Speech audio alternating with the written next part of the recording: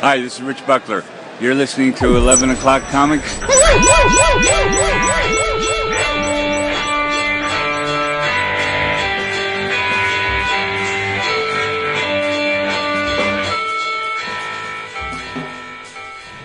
Super excellent. I don't know. Shit is falling. Tony's peeling plywood off the wall. I don't know. How's Baxter laying down? Hi, Baxter. You would think the man didn't do 47 other podcasts in the last week. Right? He's been stepping out. I got out of one just 10 minutes ago. See, that hurts my heart. What? You know? I hate that we're just part of your process now. We're just part of your marketing machine. I thought we had an exclusive contract. Listen, you guys need to work on your reach then, if that's what's going on. Wow. How dare you? Just being hurtful. I didn't know Tony had access to our Slack. Yeah, now I'm just being hurt. Now I'm just being hurtful over here. Shit. Yeah, what does he know? And how does he know it? Damn. I'll tell you what, people playing at home. This is 11 O'Clock Comics, episode 902, and I'm Vince B. Oof, you are Vince B.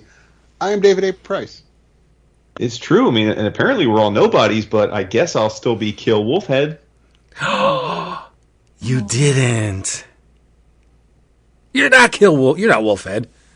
You are Jason Wood, everybody. Together again. And guess what? He's back. We call him Kid Spadoinkle, but you know him as Tony Fleecs.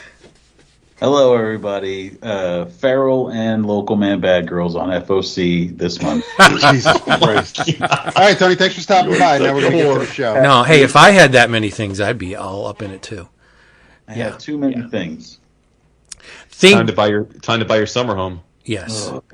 Things Listen, that you will eventually shut up. Things that you will eventually be able to find at cheapgraphicnovels.com. Hey, all right. Yeah.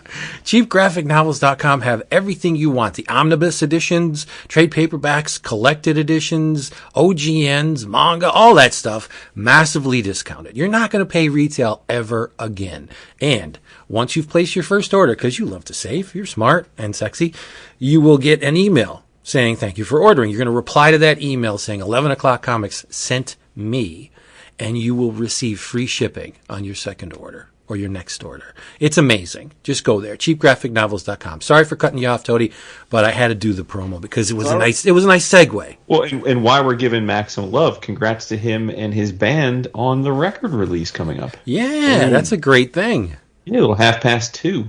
You know, I keep Max's CD in my CD player because I have one of those cell phone holders that sits like you lodge it into your CD player, like it sits. Use the CD player like a box. So I have had a CD in there for 5 years, and it's Max's. Every time I accidentally switch over to CD, I listen to Max's whole CD. Wow, is that when you walk downtown with your collar all popped and your high tops and the cuffs folded up?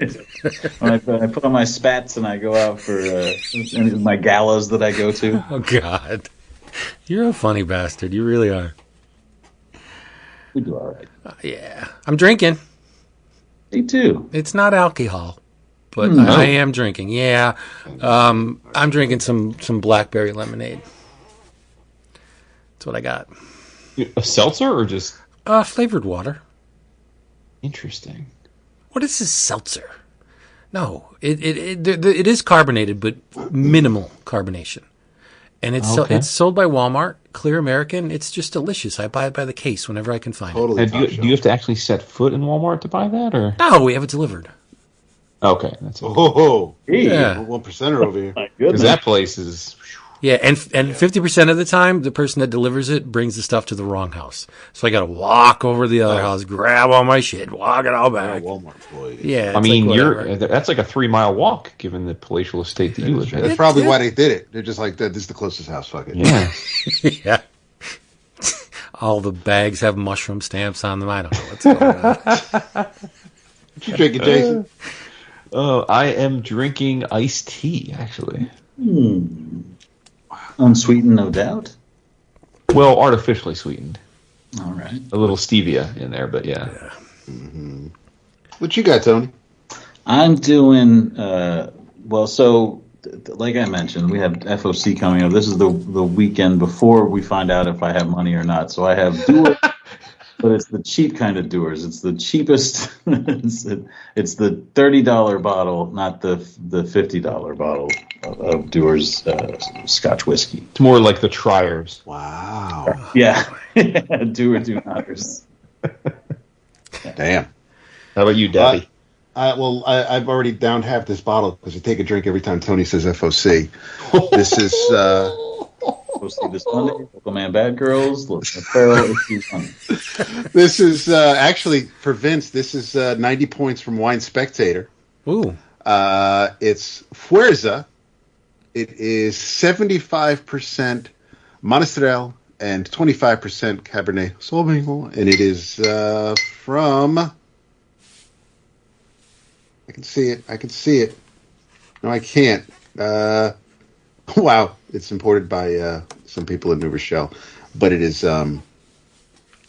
Oak barrels. Yeah, it's imported. I have no idea where the hell it's from, but it's pretty good. It's a good red. Excellent. All right. Business has been taken care of. Now we got to get to the comics. Tony. Yes. Well, comics and comics related.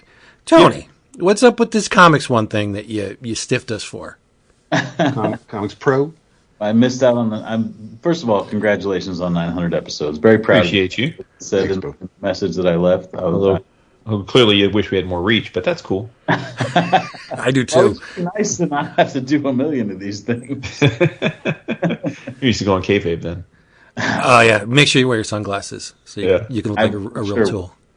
I hired a guy to do social media for me right now. Wait, what? Listen, it's very important that this book does well.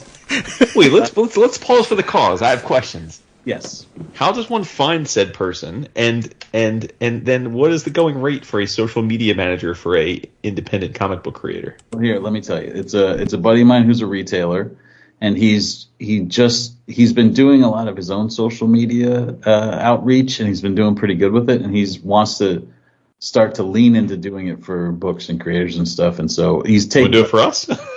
Sure. I mean, I could put you in touch, but I'm the first one. It's very affordable because I'm the first one, so we're just seeing how it goes. But I after today's like the first day, and after today, I'm like, this guy's doing way more than I'm paying him for. So we'll see how it goes. But he was like, I'm trying to get you on kayfabe, and I was like, those motherfuckers do not care about new comics at all. So like, good luck with that. Well, where were we? Oh, I was in Pittsburgh. I was at ComicsPro in Pittsburgh when I missed your 900th episode. I was hanging out with Dave and his lovely wife Jenny and the Pink Ranger, and Pornsack out in Pittsburgh. So break down for the listeners what ComicsPro is. So I went to this in 2021, right before COVID. It's an organization of retailers. I think there's probably like 500 or so retailers that are members, maybe more. I don't know the exact number. But at this show, like 150 were sort of there in person representing, and then there's like an online component as well. But it's sort of like the stores that give the most of a shit about sort of like being figuring out how to be the best comic stores they can be. You know, it's industry trade organization, basically. Yeah. And all the publishers go out there and the distributors. And they sort of they'll break news there. They'll introduce new products there. They'll sort of go meet with the retailers and see what they could be doing better. There's like they have these round tables where they can do back and forth. And so DC went out there and they broke the news that they were going to move from Tuesdays to Wednesdays again because it's just putting an extra burden on these comic shops to have 2 new release days every week. Yeah, I assume that was very well received, right? It sure was. Yeah, I found out the main thing that these shops care about is like shipping and returnability. So like they would say stuff about 3% over cost or 1% over, all these sort of like industry shipping terms and stuff, and they would just be like, oh, that's not going to work for me. And I'm just like, oh man, I understand at all what you're talking about, but it makes a huge difference when you're every week you have thousands of dollars of comics come in, and then it's either 1% or 3% or 6% on shipping. So they're really sort of like dialing all the way in on the details of retail business at this thing. But yeah, Diamond was there, Lunar was there, DC and Marvel were there, Cebulski was there, and Dan Buckley. And Boom was there, and I was there with Dave Wachter talking about our new book. When I went in 2021, a friend of mine, Ed Greenberg, who runs Collector's Paradise here in LA, was like, if you're going to launch a new book, you should go to this thing and talk to these retailers because they're like the best of the best retailers. And if you're like at that time, I was like a person that nobody had heard of, if they weren't reading My Little Pony comics. If you have a new thing, it's best to, like, you should be able to get in front of them and show it to them and say, this is what I got coming. So I made this preview copy of Stray Dogs at the time and took it to them. And I feel like those early ComicsPro retailers were a lot of the initial support of Stray Dogs, where sort of like we knew we were going to be okay from issue 1 because we had sort of gotten out there and showed people, like, here's how you pitch it, here's how you sell it to your customer, here's what it looks like. And so since I'm launching so many books right now, I was like, well, I should go back. So I took them copies of Feral and copies of Uncanny Valley, my new book with Dave, and I took them like Local Man promo stuff, and I went out there. My Dynamite editor was out there, and we talked Army of Darkness with people who want to talk Army of Darkness. So I was just really like getting in front of these people and saying, like, all right, how did it go? How was Stray Dogs?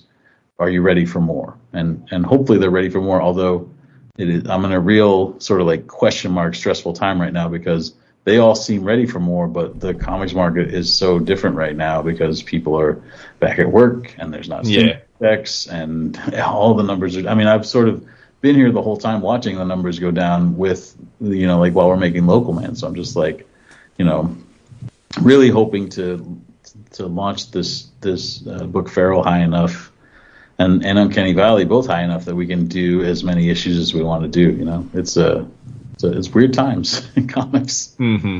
Yeah, it's a different day. Yeah. Yeah.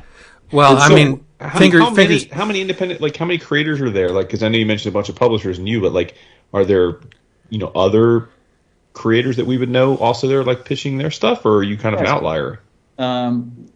So Pornsack and Jesse Lonergan from Man's Best went. Pornsack's a buddy of mine out here in LA, and Jesse Lonergan is from like the Midwest somewhere, I think. And then Ed Brisson was there, and Matthew Rosenberg was there, and he was giving out preview copies of like new Image books that he's coming out later this year. And like I said, the Pink Ranger was there. AJ, my homie, Amy Jo Johnson. What is that? What was that? Get like a little intro as you run down the names. It's great. Sexy music when I talk about I Amy. think it's a theme song. Yeah, it's wonderful. I'm trying to think who else was there creator-wise. Not too many other people. Oh, Greg and Fake were there. Oh, nice. Weird-ass dudes, right? What's crazy is they're not. They're regular. They're real. I think they're pretty weird, honestly. We've met them a few times. I mean, they're pretty. They're pretty shy for comics creators, I think. Oh, shy for sure. And they like live in Mexico. Their whole thing is weird to me. I don't understand what's going on. But I've been a supporter there since way before Santos Sisters. I have right behind me on my wall. I have a Greg and Fake piece hanging up. So I met him at like a show in Texas, and I was like, these guys are kind of geniuses. I love their art. I think Santos Sisters is a little anticlimactic, but I think they're great artists. I heard you talk about it. I hadn't read more than one issue, and they gave me all 4 or 5 of them. Now I get what you're saying. Like it's a little bit the one thing happens over and over again, but beautiful to look at. For sure, yeah. So yeah, a bunch of people were out there, and I've been telling people ever since. Obviously, Stray Dogs went really well, so I tell people like you should go to ComicsPro. You should go tell these retailers about your stuff. But so there's the part of it where you just go and you make presentations and you can sort of like run into retailers in the hotel lobby and around the bar. And then they have this thing called roundtables that's like speed dating, where you get 10 minutes with, they send around like a group of 3 different retailers at a time, and you just get to pitch all your stuff at them. And when I did it in Portland, it was like I had gotten a table for one of the sessions, and they have like 4 sessions, 1 or 2 of the sessions. And then like in Portland, like Helioscope Studio had a table, and a few other creators had tables. And so I just figured like, oh, a bunch of people will get it. But at this one, I was the only one that had a table. So like they would go see like Scholastic and, you know, Ahoy Comics and like Lunar and, you know, like all these publishers and distributors. And then like the last stop on the tour would be like me and Dave sitting there, and we'd just be like, hello, we're just guys. We also have comics for you. So I feel like it was a nice change of pace because we were only, I mean, I have a small publisher's amount of comics coming out, but it was nice to be able to just focus on a couple things and just talk to them at the. I feel like they sat us sort of at the end of the roundtables, and we just got to sort of like finish them off. And Dave, we did sketch cut. We made this Uncanny Valley ash can, and we put a blank sketch back on it, so Dave could, even though he could just charm on his own. He didn't need to, but he just sat there and did sketch covers the whole time. So people would show up and he would knock out like 4 sketch covers in 10 minutes, and while I was, you know, talking to these guys, talking to these retailers. It's interesting. Like I sat in on, because you know you pay for the roundtables. Like I paid to be there, and so I would also get, as part of that, I could get like the free breakfast and lunch and stuff. And when eating the lunch, they would do the presentation. So I would watch, you know, like Dan Buckley's keynote address, or like the Viz Comics presenting what they have coming up, or stuff like that. So it was interesting to watch what all the other publishers were coming out with, and you know what people were getting excited about. It was interesting to see. Excellent. The one part that I liked the best was the only part I saw was the video of you and Dave. Yeah. Where Dave stepped out front. And it, like I said, it's rare for us to see that because Dave's always been like the art sidekick guy. But Dave was actually doing the speaking. And he said you're one of his favorite people. And I'm wondering, how did that happen, right? I'm wondering what kind of drugs you fed Dave before the speech. Well, remember Dave used to have a podcast of his own. He had the Wachter Factor. Yeah, I love that name. Oh, I didn't remember that. That's right. And it's how people know how to pronounce his name, I think, for the most, like if they remember back that far. Because some people say Wachter. That's weird. But yeah, I do think it's weird that he always sort of finds himself as the silent partner. You know, when he also, like, he's very astute and smart, and like he's charming and funny. Like he could talk all he wants if he wanted to, but he also can draw a lot. So he's sort of sometimes a little surprised when in the video when he was running down the books you two have worked on, and of course Scar Tissue was referenced, and I'm surprised that he didn't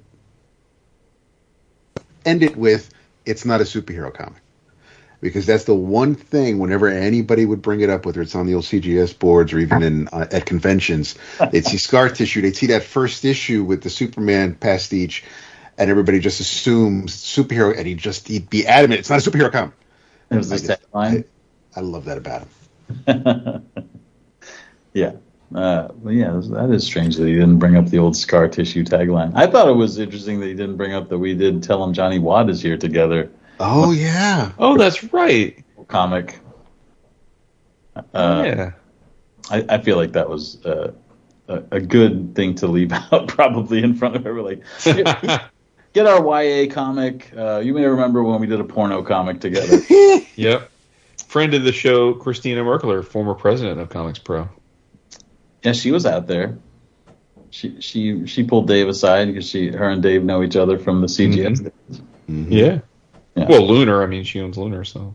Of course, yeah. Yeah. Well, we were lucky enough to get a little preview, actually not a preview, the whole first issue of Uncanny Valley. And I think you made a very wise choice in Mr. Wachter. Man, oh man, how cool is his artwork in this thing, right? It's amazing. It's stunning. I think it's stuff. I think it's cool, too, because at New York Comic Con, we heard from both of y'all. Well, we heard from him specifically, and then we asked you about it because we were like, wait a minute. Proof yet again that Tony doesn't love us as much as he professes, because we had to hear from Dave that he and Tony had a project they were working on together, and we were like, wait, how did we not know this from Tony? But yes, but he wasn't sure at the time if it was going to get over the finish line, as I recall, because you guys were in heated negotiations with the publisher over the economics, but it looks like it got over the hump. Yeah, he made it work. That is why I did not tell you about it earlier, because I was just like, I hope they get Dave, And then when he told you guys, I was like, well, they must have figured it out, or maybe it was just a clue that he would have taken any deal. Yeah, I was going to say, I mean, if I recall the conversation, it wasn't over the hump yet, but he was saying he was hopeful because he wanted to do it with you. Yeah, it was a lot. It's really interesting because when I pitched this book to Boom, I gave them a PDF of like all my stuff.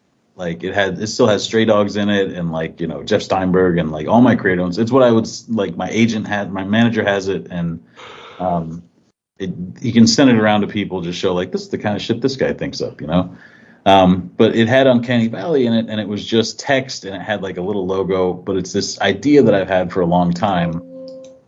Hello, and ooh. Now I'm lost. Are you reading your mail? What is that note that just keeps playing? Is somebody? It's not me. Mail coming in. Yeah, not me. So I don't know who it is, but continue.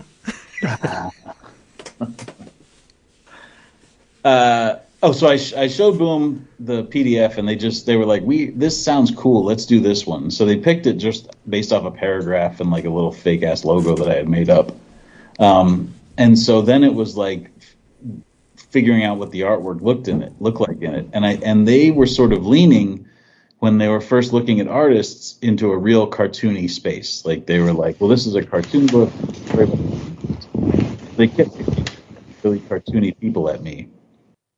And I was real adamant. I was like, it needs to be somebody that can draw very realistic stuff, because the majority of the story takes place in the real world. And then when the cartoon stuff happens, it should feel like it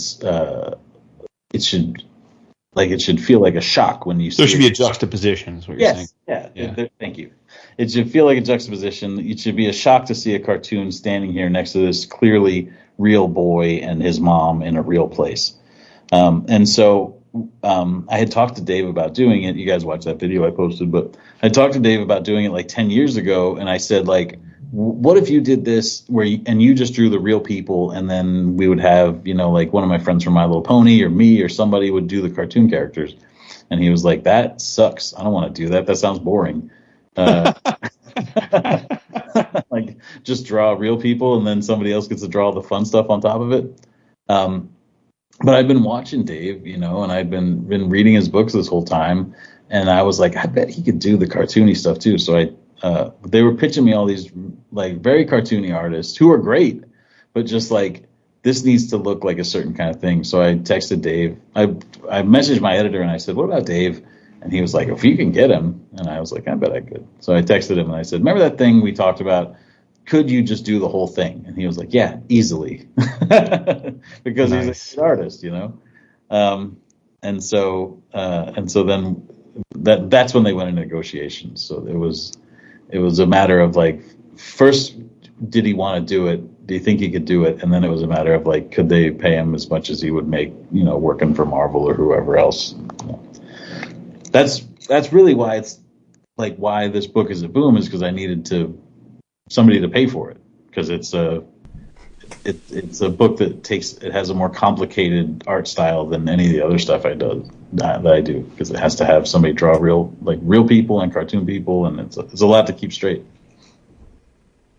Yeah, that was okay. So that was another question I had, is why Boom? Since you're doing obviously Stray Dogs and Feral at Image, and the economics and Image are pretty much, you get to keep almost all of it. So there's your answer. You had to pay Dave. Is basically the issue. Yeah, I get paid too. It's nice. It's nice to get a little check every once in a while before the book even comes out. And then, do you guys split the like IP, or do they own it? No, we split it. Boom has. I mean, I guess Boom has half of it, and then I have a quarter, and Dave has a quarter. Okay, right. I was saying, okay, so it's not like, okay. Yeah. I always sounds wondered like that, like similar to like Vertigo or Yeah. because even though like Neil Gaiman's Sandman, it's still it's still tied like into Skybound, right? DC. Isn't that the Skybound Yeah. model too? Yeah. Yeah. So, Tom, I mean, now you got multiple books coming, like you said. How do you balance that you have multiple books coming out? Like in the sense of like, I presume you have a greater sense of confidence and expectation in Feral because whether or not they should, people are going to perceive it as like the sequel to Stray Dogs. You know what I mean? Like, and that was such a big hit. Is that? Do you feel like more sure that that's going to be an economic hit for you than Uncanny Valley just because it's completely unknown IP, or is it like, how are you feeling about it all? I mean, I want to come back on the show in 1 week and tell you how I feel because I don't know what to feel. Like it is fucking scary, man. Like comics is like the so you have no idea right now, like what the number, like you just have no clue what the number's going to be. They've got initial numbers, but so many people don't even order their books until FOC. I didn't want to know the initial numbers because it would just I didn't want to know the initial numbers because it would just drive me crazy. So I don't know. I have no idea what Feral looks like. I have no idea what the Local Man one shot looks like, and I especially have no idea what Uncanny Valley looks like. We've got numbers that we've got in mind for all of them that would be like that. That would be good. But yeah, it's just it's weird out there. You know, it's a weird ass time for comics. And like in my head, I'm like with Feral. With these books, this is how I think. I'm like, I can be the Buffy season 8. I can be Walking Dead, you know? Like, let me be the book that comes out every month and gets people to come back into shops. That's what I think. But nobody else fucking thinks that. Why would they? I'm like, I'm Stray Dog, baby. I'm coming back, and I got new shit, and people will come back for it every month. But that sort of confidence is hard to sell to retailers who are on the street, you know, like out there having to try and sell these books every month and sort of seeing diminishing returns. So it's wild. But yes, I mean, even at the roundtables at this ComicsPro thing, like people seemed like Feral was no problem. A lot of times it was a little bit demoralizing because they would be like, "We're going to sell Feral, no problem," and then they would just leave. It's just like, "What about Dave? What about this other? What about this other thing?" So I don't know. Like we'll see. We'll know after March 18th what it all looks like. But it is, boy oh boy, it is scary times. Nice. You should never ever look at the numbers.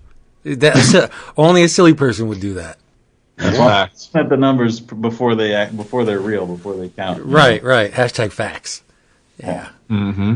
Well, needless to say, if it all crashes and burns, you got a home here. Thank you. And apparently it does another podcast, so you know. Nah, they won't have him if he's not. It's like, what can you do for me lately? We always want Tony. That's true. Yeah. Everyone else is hype beast, but that's right. Yeah. That's right. Yeah. Speaking of hype beast, I want to talk about something. Oh, go ahead then. Yes, Mr. Hypey. Jason, I am confident that the doom that you predict for 2024 will not come to pass. Wait, what doom? You know what I'm talking about. The election? Outlook, just everything. The outlook on 2024, just follow me here, is not going to come to pass because something has happened that has taken us out of that doom groove and popped us into another more optimistic, more brighter, great future. You know what that thing that actually shifted the timeline was? You're going to tell us. I am going to tell you. 2 months, 2 issues of Savage Dragon. Oh, snip. Everything is good again. I got it right here. Yes. Your new Erik Larsen. Savage Dragon 268. Now, I know we said we're not going to keep pounding the same things over and over and over, but this issue is very noteworthy. Why is it noteworthy? Well, Mr. Larsen, God among men as he is, capitalizes on the fact that as of January 2024, the Steamboat Willie incarnation of Mickey Mouse is now in the public domain. Mm-hmm. So who shows up in Savage Dragon 268? Not a guy in a mouse suit, not an imaginary story. The real Steamboat Willie shows up in Savage Dragon. I heard some people saying that it's not Steamboat Willie. This could be a real problem because Steamboat Willie, as we all know, is in black and white and has a hat on, and this is red shorts. Like 2 years later, Mickey Mouse, who's not yet in the public domain, that shows up in this issue. It seems like there's an argument to be made. Yeah, maybe, but the character in the clothing is Steamboat Willie because he does not have the irises like the regular Mickey Mouse has. So you could make an argument. Yes, it may go to court. Who knows? But the thing is that Malcolm and Maxine run into Steamboat Willie on the street. And if you could imagine, he's horny. He has some very explicit and very uncomfortable things to say to Maxine. Gentlemen, people who haven't read this issue, if you could guess what Erik Larsen was going to make Steamboat Willie say, Dragon and his horny wife, guess what it might be. You have no idea. I don't want to spoil it because I think people should pick up this issue. I would love it if Savage Dragon sold 100,000 copies a month because I think Larsen deserves it. And I think it is one of the best comics when it comes out. That's the problem, right? But in addition to that, another noteworthy aspect of this issue is it features what may be one of Larsen's top 3 explicit panels. I don't want to even describe it to you because it is, it's something. It spirals out of the fact that if you read the previous issue, Frank Darling Jr. married Angel, right? And they're consummating the wedding. They did it at the wedding itself, but the consummation of the wedding continues, and we see Angel in a very it's something. I was going to use it for the featured image for this episode, but I'm like, I don't know. That's maybe pushing the boundaries of good taste. Yeah.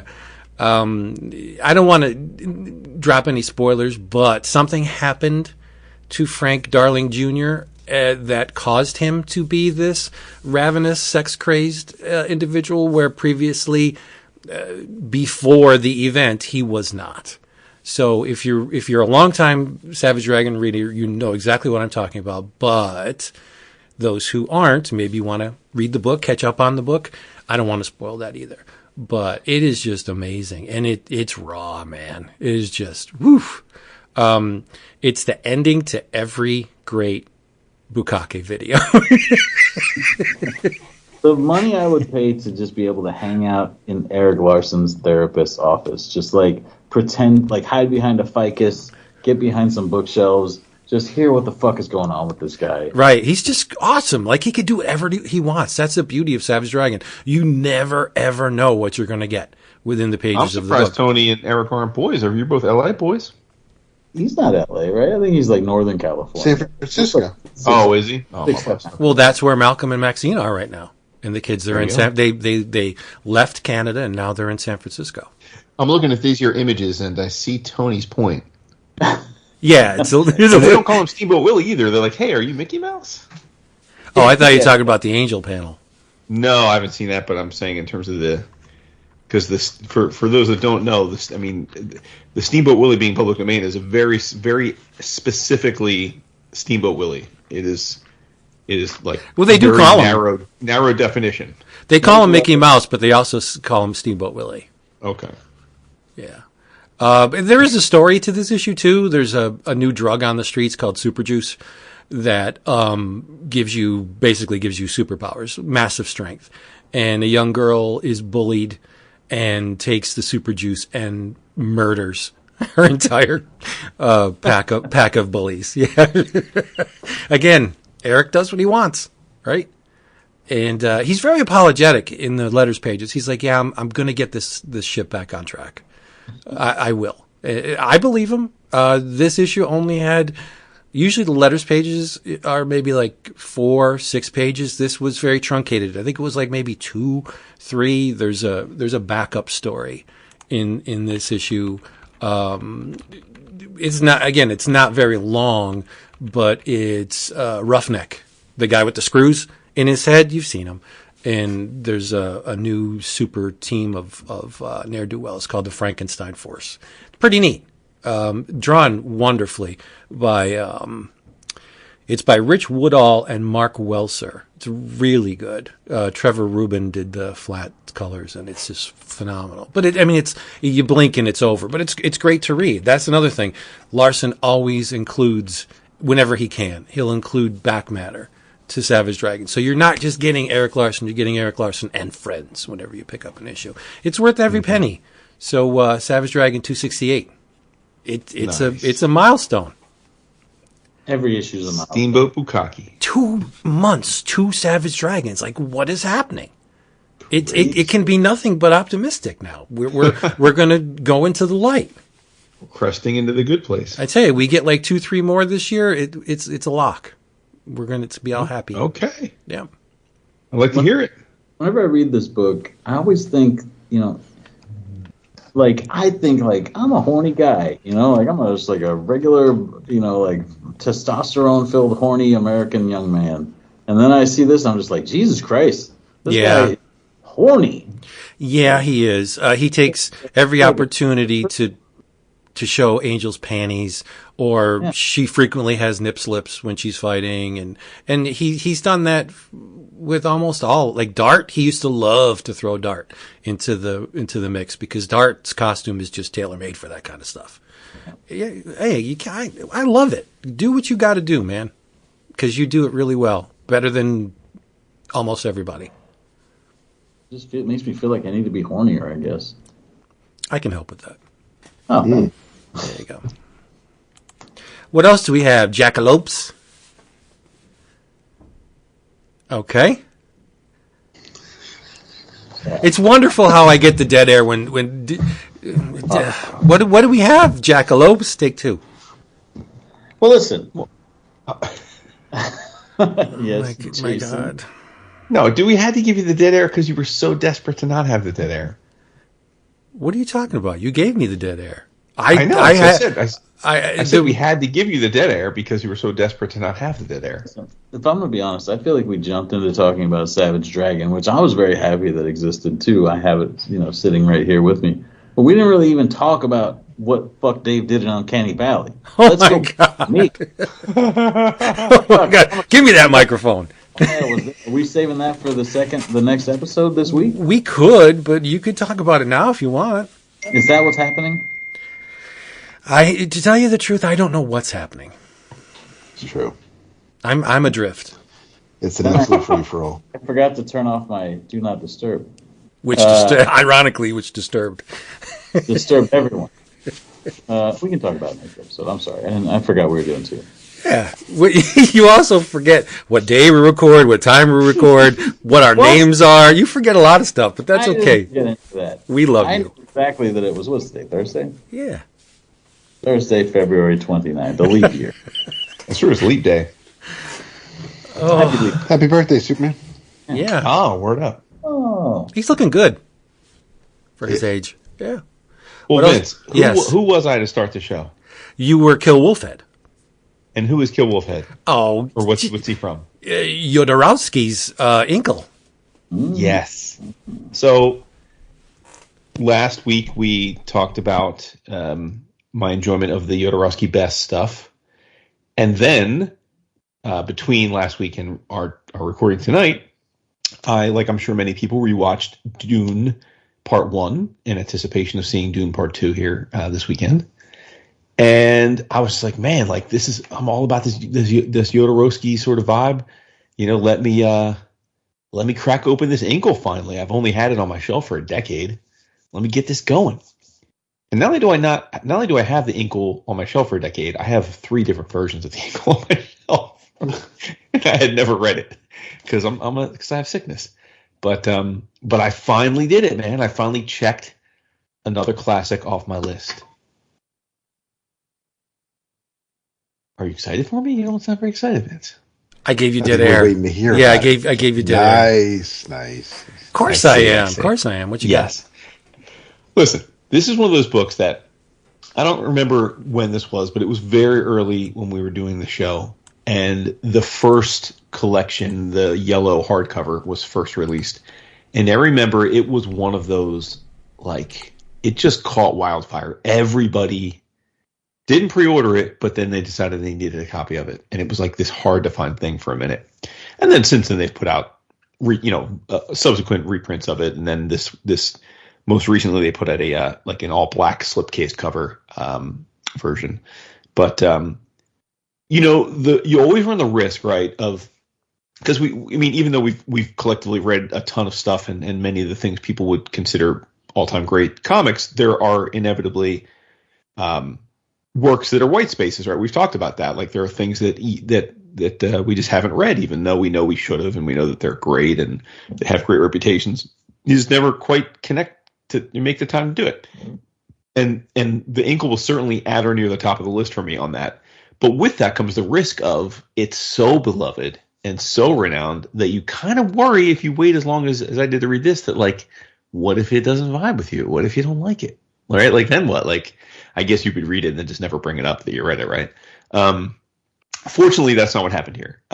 This is, listen, we're in the business of praising comics, but this is magic. It's magical, like magical in the way that like you are immersed into this strange world, much of which of it is non sequitur. I mean, you're not reading the Incal because you want a super tight narrative that starts at point A and takes you on a journey and then ends beautifully at point C. Like that's not what this is about. This is far more experimental and creative and free flowing than that, right? Like there are definitely, you just kind of got to you got to wrap the lasso around the neck and just hold on for your life for the ride. I mean, that's kind of what this is about.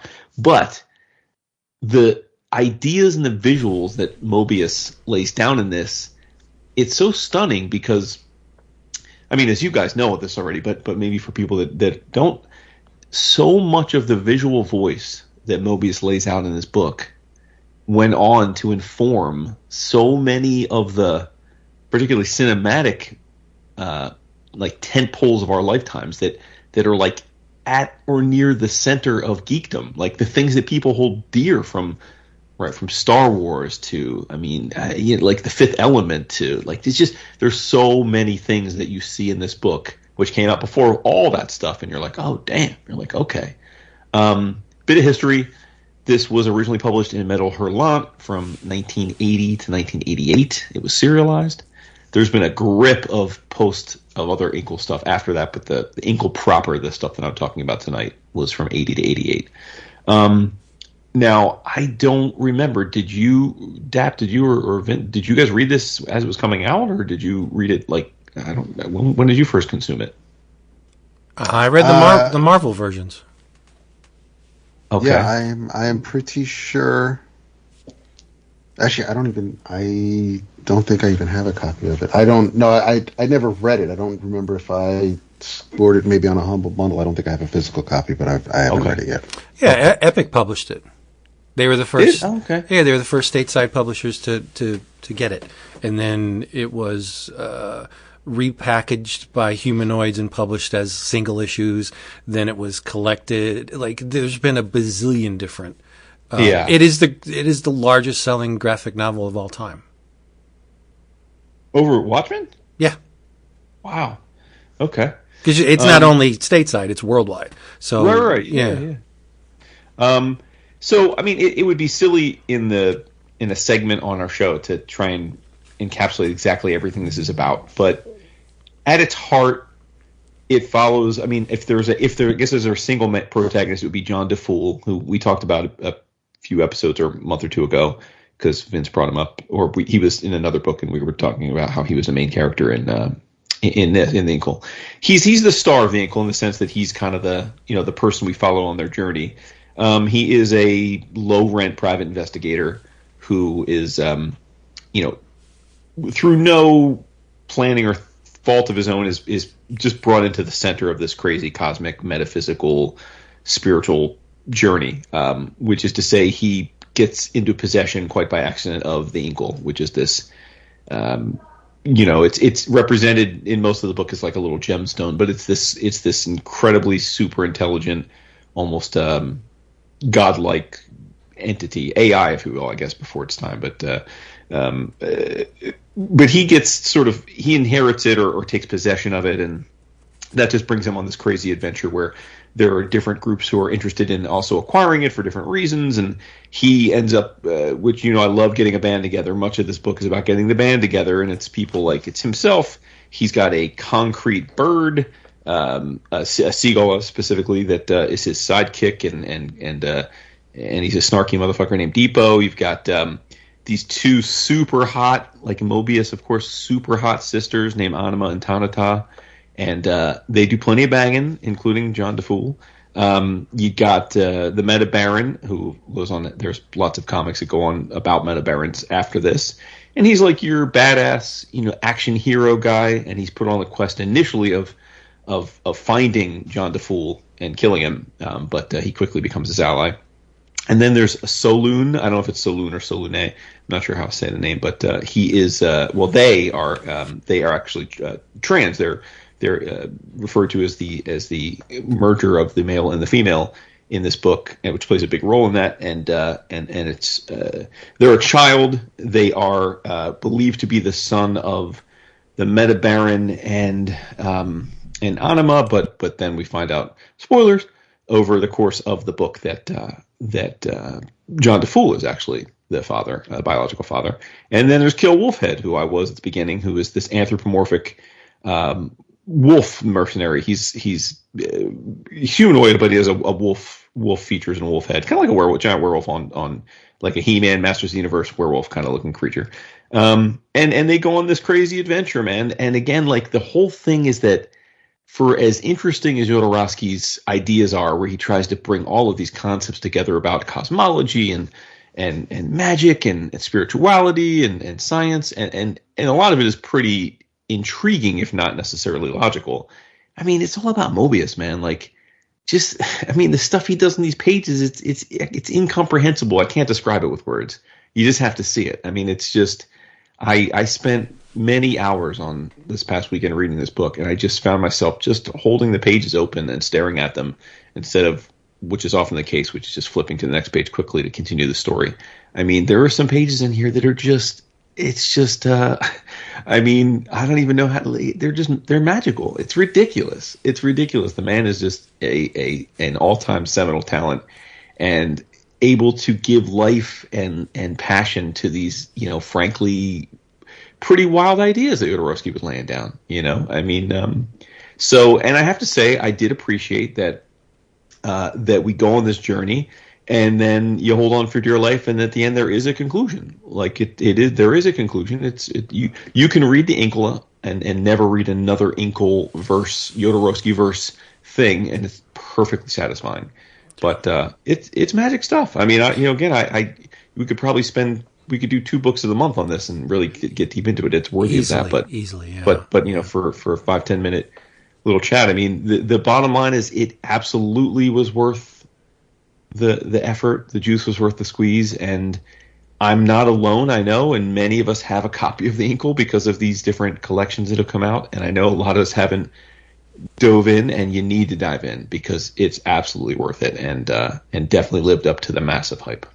Yeah. Well, you kept saying magic. It's magic. It literally is magic. Because the entire thing is the foundation on which it's built are the archetypes of the tarot.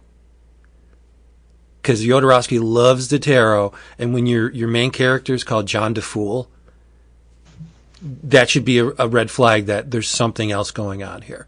So DeFool is the archetype of the fool, where if you're familiar with the tarot, the fool is depicted as someone who's on a quest, on a search for something, enlightenment, the truth, whatever. And if you look at the Rider-Waite depiction of the fool, like the classic depiction of the fool, he's got a little companion. There's a dog.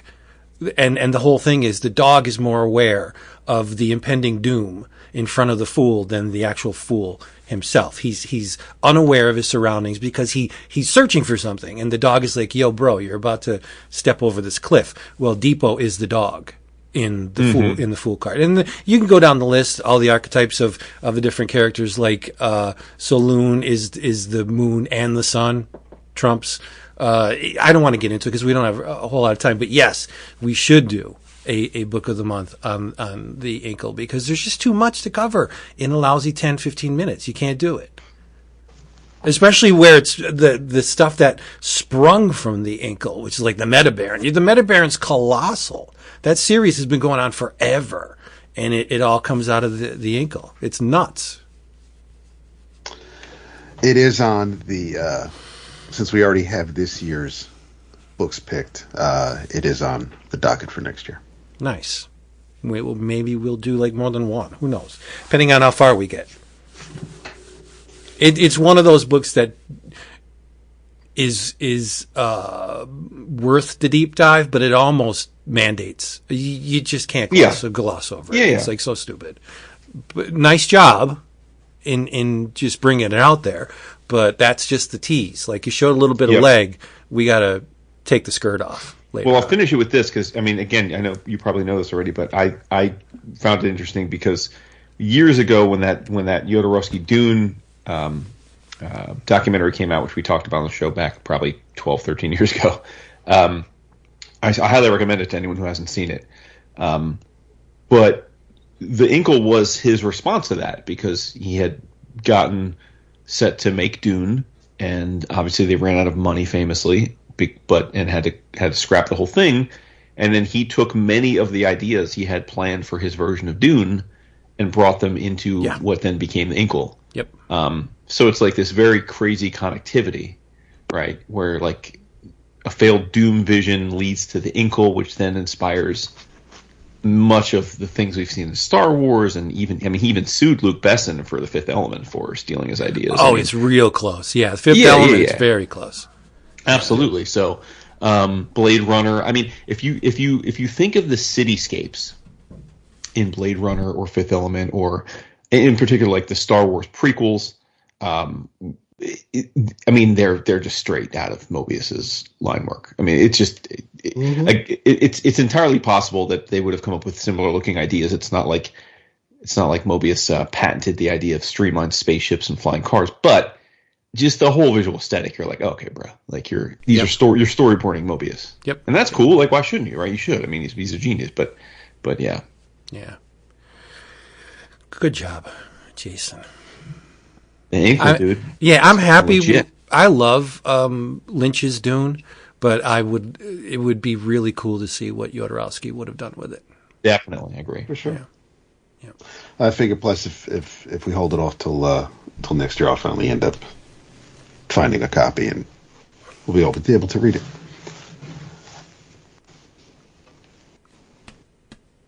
And this Villeneuve Dune, it's impossible to see in IMAX out here.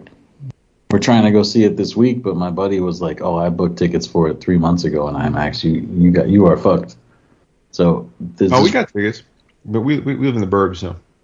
Weird thing going on in LA where like the same thing happened with Oppenheimer. I couldn't see it for like weeks after it came out because I wanted to see it in the real IMAX. Mm-hmm. I think like here in Movie Town USA there would just be like 10 IMAXs, but there's just one real one. Mm-hmm. They're hoping that this part 2 single-handedly revitalizes the movie industry, at least to the point of getting asses in seats. I mean, they did the right thing. They got Florence Pugh in there. That's what I would do if I was trying to. If I was trying to bring it all back. It's horrible, though. What's that? Her character's horrible, though. Oh, I haven't seen it yet. I don't know. No, I don't mean her. Like, I mean the character based on what I know from the books. I'm saying I'm not. I mean the character's behaviors in it, like the way, not her performance as the character. Anyone can fix it. It's my beloved Florence Pugh. I didn't know you were all about that Pugh life. You know I live in the Pugh hive. I didn't know that. Yeah, that's exactly my. I mean, she looks just like my ex. She's a very. I like a Pugh type lady. Okay. There is one in the movie, at least the first part, that trumps Pugh for me. Ooh, in Dune 1? Yeah. Rebecca Ferguson. Rebecca Ferguson. I love her. She is. She's in Dune Part 2 too. She's well, I haven't seen it, so she's a vision. I love her. She's great in the what is it, Dr. Sleepless? The she is sequel. Wonderful in that. Yeah, and she's good in the Mission Impossible movies, and there was something else recently, but no, yeah, she is. She's somebody you just can't take your eyes off of. So it doesn't really matter what the hell the movie is or what it's about. Mm-hmm. If she's on screen, that's really all I'm looking at. Dude, I already watched Dune Part 1 this week. It's so fucking good. It's so good, dude. Like, Villeneuve is incredible. I think he's incredible. I think people that don't like that movie just, I don't know. I think they need to get learnt as a I don't think you can say that because I can say it. I think Lynch's movie is better than Part 1. It's good. The new one is. Just love Lynch though. What? I do. But the new one is good. But Lynch, there's so much personality in that movie where I got a little bit wave of the chills from the new one because it's so detached. Like, it's good. I don't want anybody to think I didn't enjoy it. But I think David Lynch's is I like the quirkiness aspect of it more because it's a weird fucking universe. There's a lot of strange concepts in Dune, and Lynch played them up. Whereas in the new one, I think that the oddness is downplayed a little bit. But it's all right. It's all good. You can love them. Yeah, it is downplayed. I'm not going to argue that. I mean, Lynch's version is wild as fuck, but I just think as a film, it's so beautiful and it's so well constructed. And I know a lot of people had an issue with the fact that it's, basically the opening salvo of a story. It's like a zero issue. I get that. Like, that's a fair criticism because if you didn't know going in, you're like, wait a minute. The movie feels like it ends, mid-story, which it did. But rewatching it, I was like, man, like, this is so well constructed. I'm like, it's really, because I think it's so difficult to adapt the Dune stuff. I mean, like, Herbert was a wordy bitch and he had lots of ideas. And I love that stuff, as we talked about many times. Like, I'm a fan of it, but I'm saying, like, it is complex. Like you said, there's a million ideas and a million characters. So to make a movie, you have to streamline it in some capacity, but maintain the grandness of it. And I think, at least in the first half, Villeneuve pulled it off. I haven't seen 2 yet, so I don't know if he sticks the landing, but I have high hopes. Maybe Tony Daniel took a nod from Herbert in fucking Edenwood because it's the same thing. There's so many freaking concepts in that book. Like, dude, pace yourself. Like, the Bene Gesserit would be enough alone, but there's more than that, So it's like, yeah, I get it. All right. Wonderful. Ooh. Yes. We got to bring this on home because we're over time. David talks about Superman, then size. Hey, everybody, you know what? You better seek out our sponsor, cheapgraphicnovels.com. If you want to save and save big, that's where you go for your omnibus editions, your trade paperbacks, manga, OGNs, all that stuff. They got it in spades, and they're going to unleash it for a fraction of what everybody else is asking. You absolutely know the drill now. You receive an email confirmation, respond to it. You will be given free shipping on your next order. And please take a look at our Patreon page, 11 O'Clock Comics. No, it's patreon.com/11 O'Clock Comics, where you have access to 2 things. A bonus episode that nobody in the universe but you will get to hear, or said bonus episode and access to our Slack, where the magical wonders of fandom open and camaraderie open to you. So check our Patreon page, patreon.com/11 O'Clock Comics. I want to swing it back from my In Your Travels to Tony, because I have a question, and I'm going to say, in your travels, keep an eye out for these variant covers to Feral. Because if I don't get my hands on one of them, I'm going to be a really mushy cupcake. I need the Dawn of the Dead one. Oh, That's the B cover. You got it, man. Easy. So that's just like you can get that for the same price as the regular issue. $3.99, orderable. Cool. Now what's the most pricey cover? Well, so we were sort of looking at James Tynion, and he would do like 1 in 10, 1 in 25, 1 in 50, 1 in 100s for the first issue. So we just did that because we're like, yeah, we could do that. So there's a 1 in 100. We did all 3 George Romero zombie movies for the first issue. So the B cover, the one that Vince wants, is easy. It's just in every store. The Dawn of the Dead is in every store. And then if you order, I think it's 50, which is crazy. You could get the Day of the Dead cover, and then if you order 100, you can get the Night of the Living Dead cover. That's probably going to be the hard one to get. See, why did you structure it like that? I would think the Day of the Dead cover would be the one that would be included with the regular issues, and then because Dawn is more popular than Day. I mean, Day's great, but it's not the one that everybody immediately says, yeah, Day. You know, Dawn is the big granddaddy of the three. It's the most popular because it has a crocodile and it has that scene where dude's like, choke on that. Fuck it. Joe Pilato. Yes. Yeah, I love that scene. But I agree with you. Day's really good. Okay, great. I want them all, but I'm not paying that kind of fucking money for them. I guess I just do the math right. If we're being honest, I was just like, Dawn of the Dead is the easiest one that I can get done the fastest.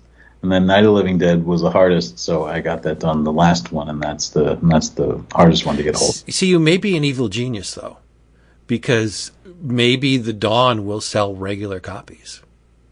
Hope so. No, you know what I mean? Which will allow the other ones to be possible. I don't know. I can't wait for 1 week from now to come back here. I'm just gonna pop in for like 10 minutes and either say like thumbs up or thumbs down. Or we'll hear the spinning barrel of the revolver in the background. Or I'll play the John Cena music. Either way. Yeah. I also want the Nightmare on Elm Street cover.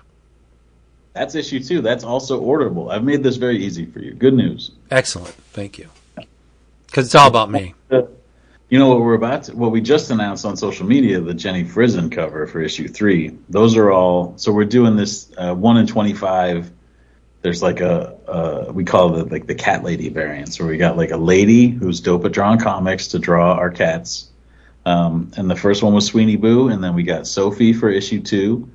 And then for issue 3, Jenny Frison, we just dropped it today. So those are sort of like the cool chase ones that are out there as well. Excellent. FOC this Monday. Ding. Jenny Frison's career has been fascinating because I feel like she's pretty much made a living doing like variant covers, but she's quite sought after. I don't know if she's ever done sequentials, right? Has she? Yeah, I don't. That's what I'm saying. Like, I've always known her as a cover artist. Well, she's real good at it. She's got a statue here in California, a Wonder Woman statue. Wait, what? So you know the Jim Lee Batman statue that they have in downtown Burbank? Do you know about that? There is a Wonder Woman statue that's based on Jenny Frison that I think is at the Warner Brothers Studios. Yeah. Wow. She's a statue type talent. Huh. Yeah. That's cool. Yeah, she did it. Yeah, right. Done did it. And you can get her cover of Feral issue 3 by ordering 20 copies of Feral issue 3 on FOC. I ordered 72 copies of it, just so you know. Thank you. God bless. Yeah. Yep. Was that it? You're in your travels, Vince? That was. Then mine your travels. I'm not going to go too heavy into it, just because I this is still a book that if you haven't tried it yet, even though Vince had it on his O'Closkers, I don't know what the hell you're waiting for. We're only 4 issues into it. It still looks amazing. It's Petrol Head by Rob Williams and Pi Par, and the 4th issue is each issue. I love how I love the way the story is building. It's the 4th issue's got some things that it has some moments where you might smirk or smile, but there's also it's not necessarily a very happy issue, but it's still so gorgeous. It's a beautiful looking book. It's I don't care if you don't like cars. If you liked well drawn stories, then this is absolutely right up your alley. I'm bouncing around because I don't want to give anything away. You need to experience this book. So, in your travels from Image Comics, by Rob, by Pi, it is Petrol Head. There you go. I read all 4 issues this week for you guys. Nice. Yeah, in your travels, check out Phantom Road. I read the first issue. It's written by Jeff Lemire with art by Gabriel Hernandez Walta and Jordi Belair on colors. I read the first issue, which was about 9-10 months ago, and it didn't hit me right away. I was like, okay, yeah, like this is interesting, but I guess it's not like I didn't feel like the tractor beam to, continue a pace. But being that it's Lemire, I'm like, well, I'm going to almost certainly like this. So I've kept buying it, and I was finally up to 9 issues, and I thought, damn, I should really read this. And see, it's like, so now I'm up to make sure this is worth the effort. And it really is. It's really strange. It's a strange book. The premise, though, is effectively there's a trucker named Dom, and he's on a run, and he, through circumstances on this highway, a lethal accident happens, and he is united with a woman named Birdie. And they basically go on this adventure, this quest where they have to deliver this strange artifact. But the weird thing is that the world, they're basically bridging our world that we know and then this other world that's kind of like a mirror world. And in that world, things are very different. I mean, they look the same in many ways, but they're very strange, right? Like there's almost no living beings. There's these strange golem-looking, emaciated, almost look like Kanker. Actually, they look like characters from Kanker. Humanoids that are around, and they're aggressive, but they're not really lethal. Like they don't seem like they're very dangerous. And for the first arc, I'd say the first 5 issues, you're just kind of like getting glimpses of all the strangeness and not quite figuring out how the pieces fit. But in the second arc, which we're 4/5 through, you really do start seeing all you've at least made the border of the puzzle, and you start seeing how some of these things are connecting. And it's basically like this really twisted hero epic that they have to go on. They have to go to a town called Golgotha and deliver this artifact. But in the second arc, the artifact turns out to be quite a bit more than an artifact. And I'll leave it there. But yeah, it's really, really interesting. It's strange. I don't know how long they plan on doing the book for. I'm pretty sure it is an ongoing. But as Tony can attest or has attested, I guess the answer to that will be how well the book's selling, because I don't know how well it's selling one way or the other, for how long it goes. But yeah, it's interesting stuff. I mean, it's Lemire, so of course I'm going to like it. But Phantom Road, check it out. In your travels, I picked up today at the comic store. Is today Wednesday?